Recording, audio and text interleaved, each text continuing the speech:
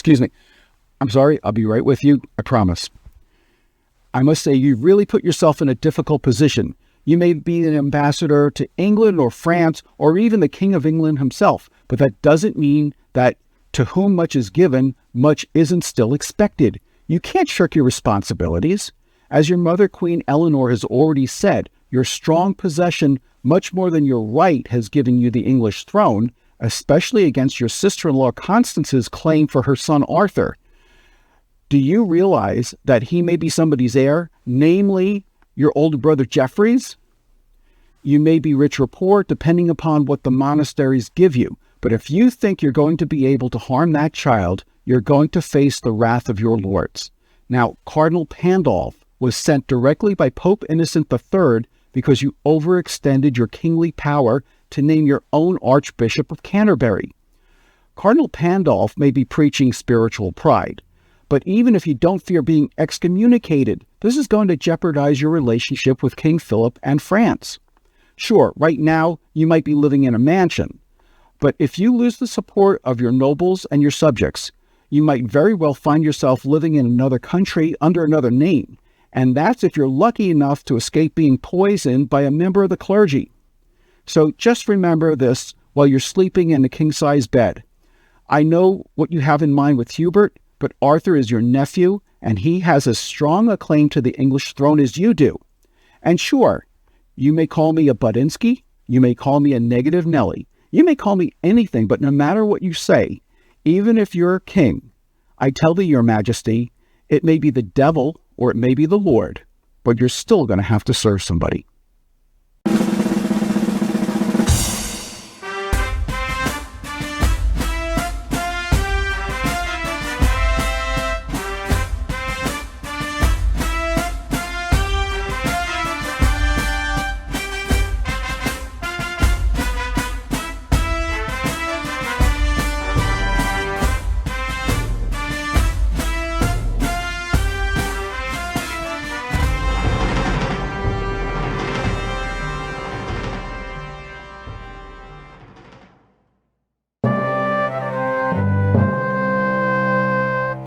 If there's one constant theme that runs through all of Shakespeare's history plays, it's that the lead characters spend most of their time seeking power, abusing power, trying to hold on to their power, or losing power.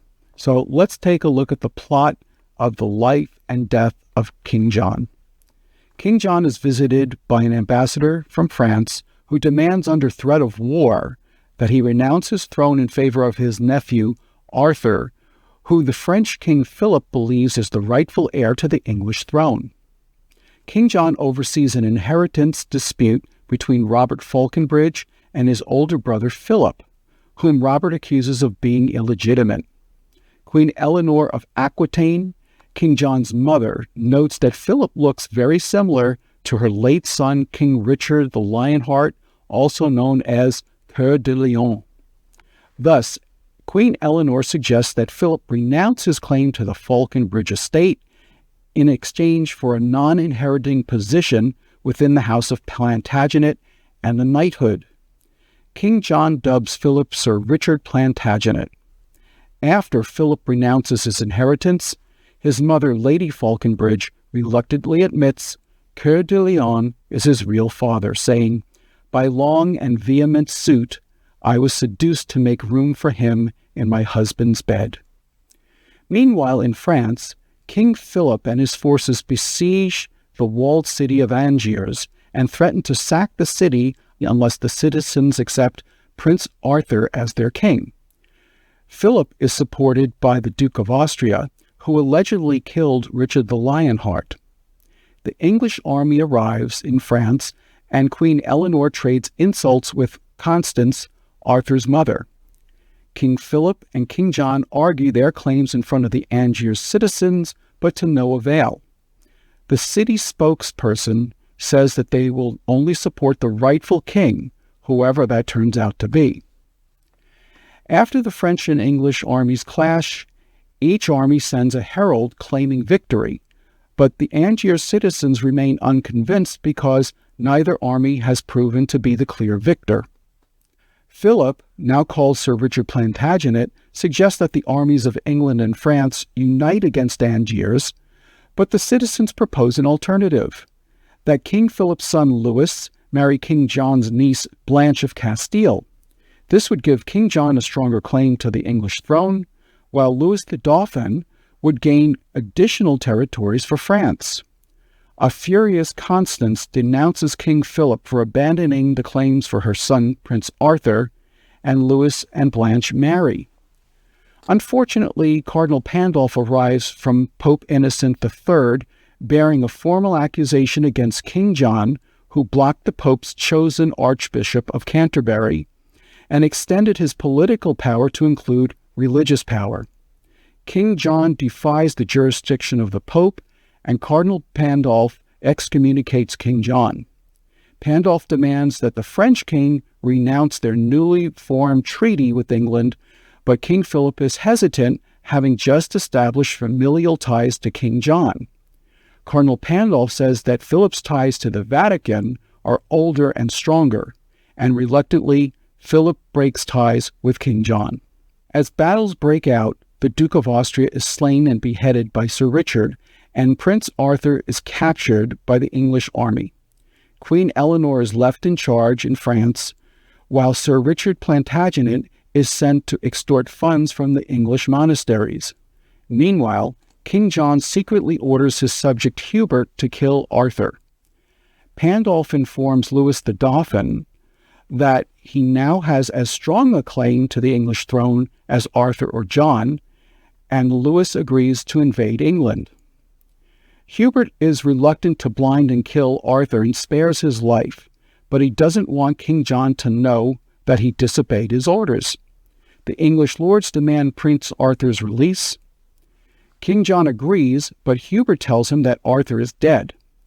The nobles, believing the prince was murdered by his own uncle, defect to Louis the Dauphin and France. At the same time, King John learns that his mother and Lady Constance have died. Sir Richard reports that the monasteries are unhappy about the king's attempt to steal their lands and gold. Hubert is furious with King John, who pretends that he really didn't mean to order Arthur killed. But after King John fears retaliation for Arthur's murder, Hubert tells the king that Arthur is still alive. King John is delighted and sends him to tell this news to the nobles. Unfortunately, Arthur attempts to escape and dies jumping off the castle wall. The nobles find his body and believe that he was murdered by King John, despite Hubert's entreaties that he left the boy well. A defeated King John surrenders his crown to Cardinal Pandolf, who reverses the king's excommunication and gives back the crown. King John orders Richard Plantagenet, one of his few remaining loyal subjects, to lead the English army against the invading forces of France. While the English nobility swears allegiance to Louis the Dauphin in France, Cardinal Pandolf arrives and explains that King John has renounced his claims of supreme authority over the English Church, but Louis is adamant about continuing his invasion anyway and seizing the crown of England for himself. Richard Plantagenet arrives with the English army and threatens Louis, but to no avail. War breaks out and the losses mount up on each side, but Louis's reinforcements are wrecked and drowned during the sea crossing. The English nobles return to King John's side after a dying French nobleman, Count Melon, warns them that the Dauphin plans to behead them after his victory. King John is poisoned by a monk, and the lords gather round him as he dies. Richard Plantagenet plans a second assault on Louis's forces, but he learns that Cardinal Pandolf has negotiated a peace treaty. Richard Plantagenet and the English nobility all swear allegiance to John's son, Prince Henry. When we get back, we'll look at some of the interesting characters in King John. All right, let's take a look at some of these colorful and interesting characters in King John. We'll start with King John himself. He is the King of England, whose claim to the throne is now being challenged. Then we have his mother, Queen Eleanor. She's also his trusted and wise advisor. The next up is Philip Falconbridge. He's believed to be the firstborn son of Lady Falconbridge and the late Sir Robert Falconbridge, but is actually the illegitimate son of the late King Richard I, also known as Richard the Lionheart, or in French, Coeur de Lion. He later renounces his name and is knighted Sir Richard Plantagenet. Lady Falconbridge is the wife of late old Sir Robert Falconbridge and the mother of Philip and Robert Falconbridge. She was seduced by the late King Richard and fathered her firstborn son Philip, as we learn. Lady Constance is the widow of Geoffrey, eldest brother to King John and mother of Prince Arthur, whom she believes is the rightful heir to the English throne. Arthur is the young son of late Geoffrey and Constance, who may well be the rightful heir to the English throne. He also holds the title of Duke of Bretagne, and although he's just a boy, his uncle King John sees him as a threat. Next up would be Hubert. He's a follower of King John, whom the king asked to kill young Prince Arthur. Then we have the Earls of Essex, Pembroke, and Salisbury.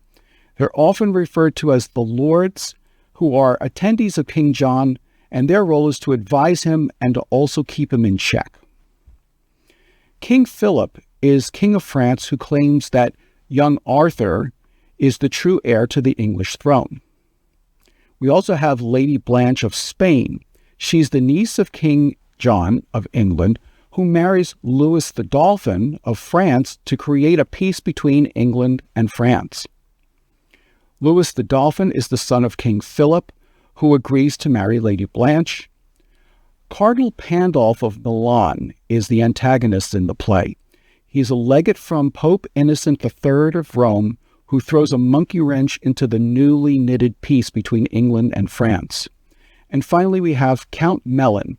He's a follower of King Philip of France, who tells the lords of the Dauphin's plans to betray and behead them. When we get back, we'll take a look at some of the plot devices and memorable scenes that make King John so memorable. Let's take a look at some of King John's best plot devices and memorable scenes. Illegitimacy is one of the more common plot devices in Shakespeare's plays, especially in the history plays. It makes sense because it serves to create confusion and conflict in the pursuit of power and the crown. It also blurs the lines of succession and legitimate rights. We'll see it again in King Lear between Gloucester's legitimate son Edgar and his illegitimate son Edmund, who's a villain. In Much Ado About Nothing, there is the legitimate Don Pedro and his illegitimate brother Don John, who is also a villain.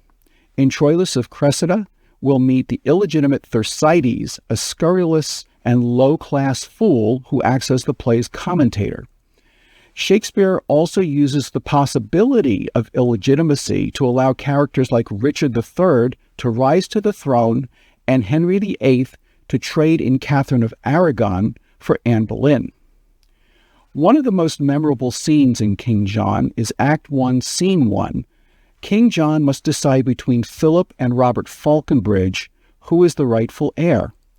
Philip decides to give up all of his claims to his father's lands, give them to his brother, and instead follows King John and Queen Eleanor as Sir Richard Plantagenet.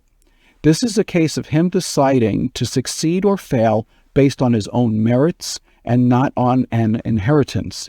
By the way, Shakespeare uses Sir Richard as the play's commentator. Another memorable scene is in Act 3, Scene 1, right after the wedding of Lady Blanche to Louis the Dauphin of France. Cardinal Pandolf arrives as the legate from the Pope to excommunicate King John for usurping his authority over papal responsibilities.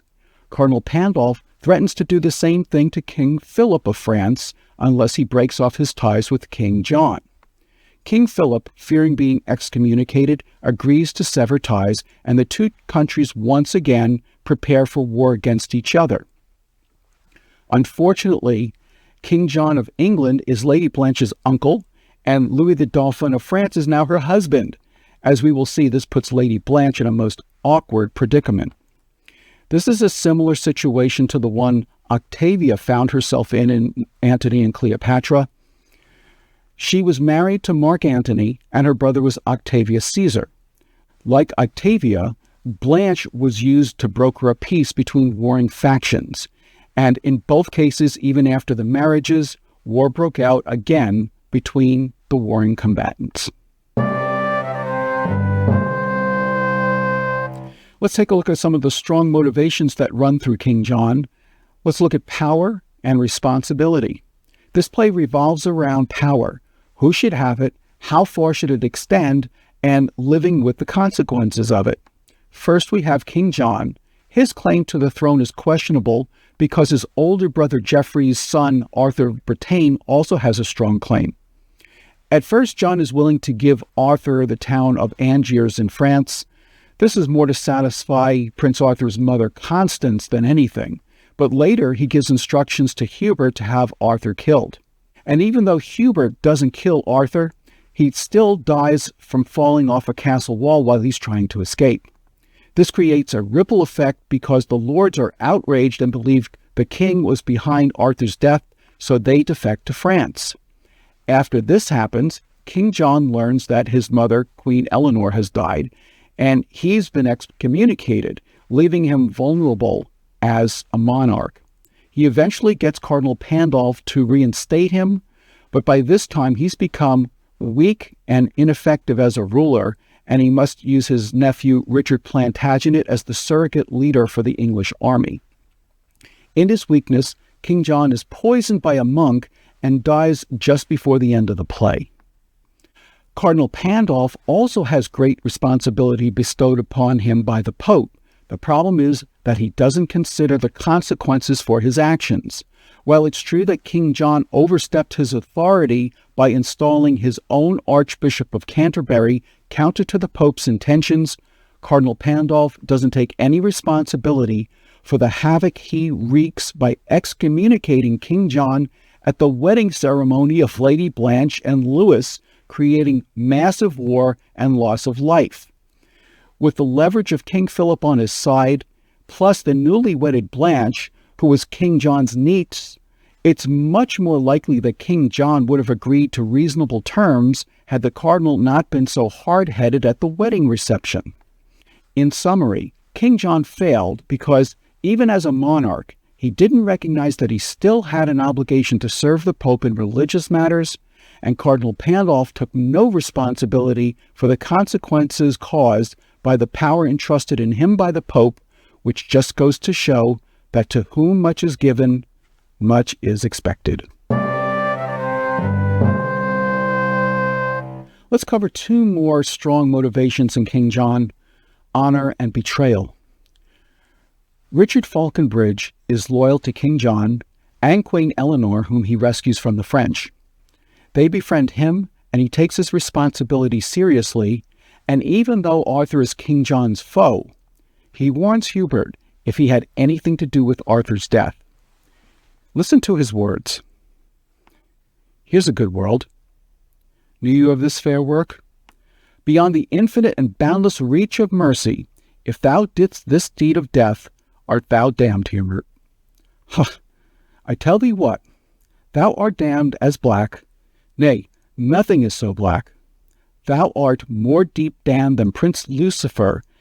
There is not yet so ugly a fiend of hell as thou shalt be if thou didst kill this child.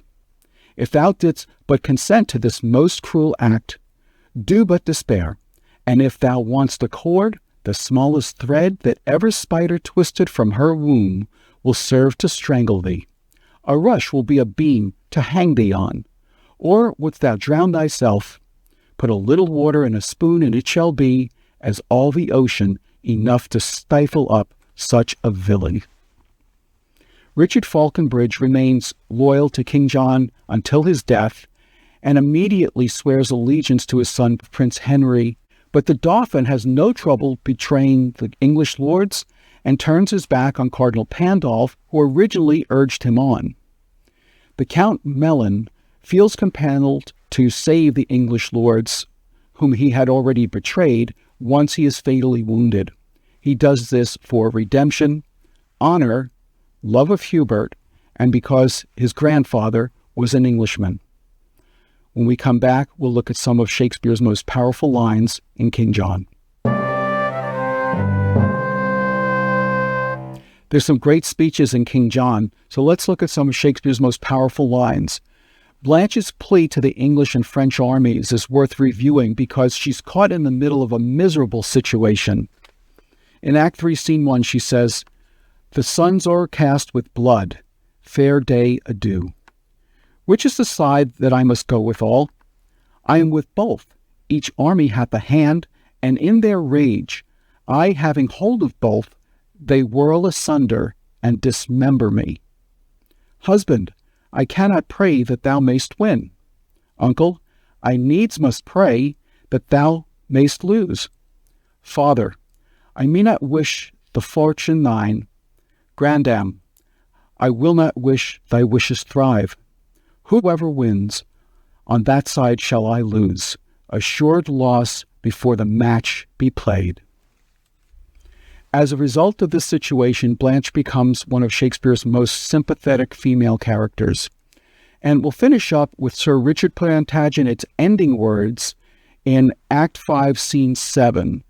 This is at the close of the play, right after King John's death and the pending elevation of Prince Henry to King Henry III.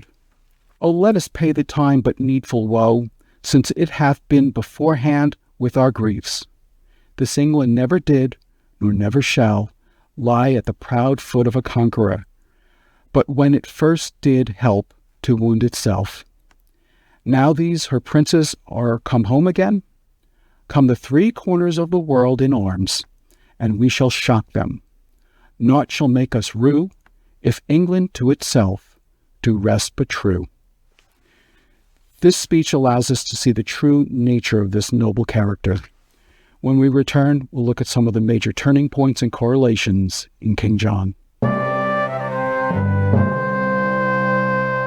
All right, now let's take a look at some of the major turning points and correlations in King John. The first one takes place in Act 3, Scene 2.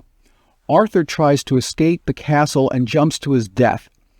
This casts suspicion on both King John and Hubert, even though they didn't kill Arthur, and it causes the lords to defect and support France.